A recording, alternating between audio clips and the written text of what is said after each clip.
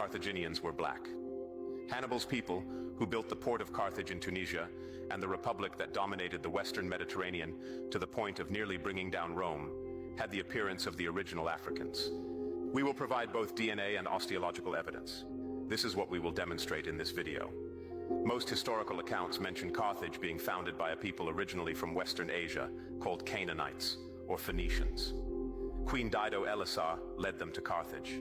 They set out from Canaan, now Israel, Palestine, Lebanon, and Syria, arriving in North Africa 2,800 years ago.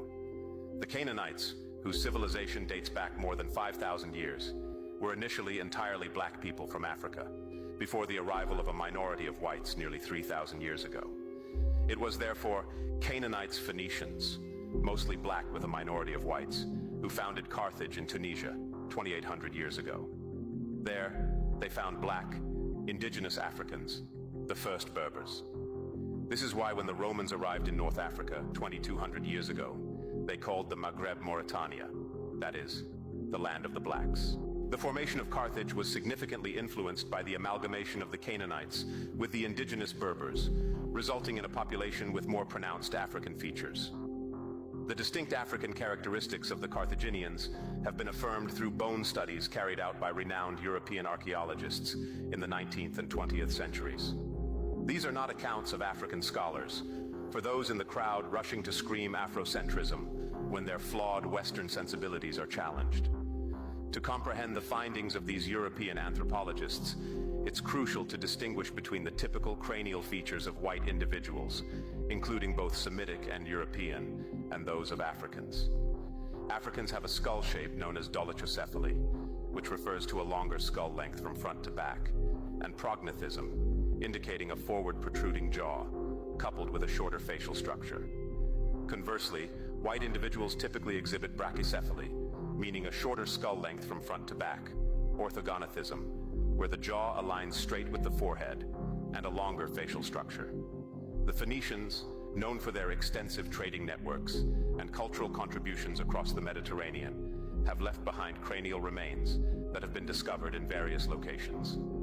Lucien Berthelon, a pioneering archaeologist and founder of the Carthage Institute, discovered that all the skulls he examined from Carthage shared common traits typically associated with African ancestry, such as a specific skull shape and a shorter face. Stéphane Gazelle, who led the Algiers Museum, noted that many skulls from local burial sites had features often seen in African populations. Eugène Pitard, another respected figure in the study of human diversity, expanded on Berthelon's findings. He observed that the people believed to be descendants of the Carthaginians had notably darker skin, a trait possibly reflected in the Phoenicians' practice of painting their statues a dark brown color to mimic their skin tone. Pitard also described Carthaginians as having thick lips and modestly pronounced cheekbones. Berthelon discovered a high-status sarcophagus deep underground, which contained a female skeleton with traits often associated with African heritage, including a distinct skull shape and facial features indicative of African ancestry. Pitard also observed that many skeletons found in Carthage, especially those from elite burial sites, shared similar traits, suggesting a predominantly African lineage among Carthage's upper class. He specifically mentioned the sarcophagus of Tanit, a high priestess, noting its elaborate design and the African features of the skeleton within, underscoring the African roots of this significant figure in Carthaginian society.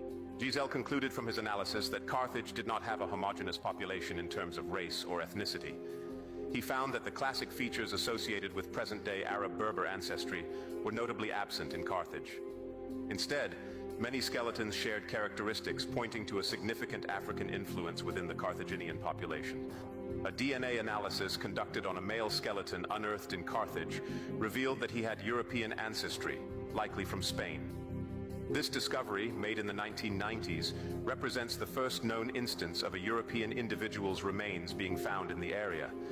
This groundbreaking analysis of the young man of Birsa indicates the presence of a rare European haplogroup, U5b2cl, in North Africa by the late 6th century BC, marking the earliest evidence of such genetic markers in the region.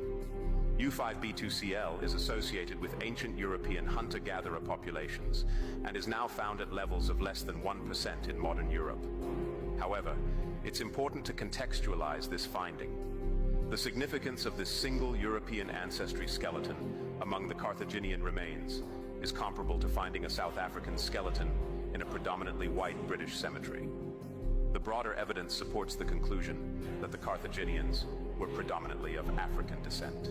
DNA evidence indicates that the original settlers of Carthage, known as the Cannanites or Phoenicians, were of African descent. Research suggests that Africans possess minimal to no Neanderthal DNA, a species that inhabited Europe until approximately 28,000 years ago. Iosif Lazaridis, in his analysis of genetic studies, concluded that ancient populations from the Near East, including regions like Iran, Turkey, and Armenia, share less genetic affinity with Neanderthals compared to later Eurasian populations, potentially indicating no relation at all. We have covered the absence of Neanderthal DNA in mainly black Africans in a recent video. This suggests that the earliest inhabitants of the Near East, similar to sub-Saharan Africans, did not descend from Neanderthals, pointing towards an African origin. A study led by Mark Haber, published in the American Journal of Human Genetics in 2017, traced the arrival of Eurasian populations to the region between 2100 and 3700 years ago, well after Egypt's annexation of Canaan. This research also highlighted that the skin pigmentation genes in 3,700-year-old skeletons from Sidon closely match those of African populations, leading to the inference that ancient Sidonians had darker skin compared to contemporary Lebanese populations. We will present even more evidence in part 2 of this video. Kindly consider subscribing to this channel. Let me know your thoughts in the comments section.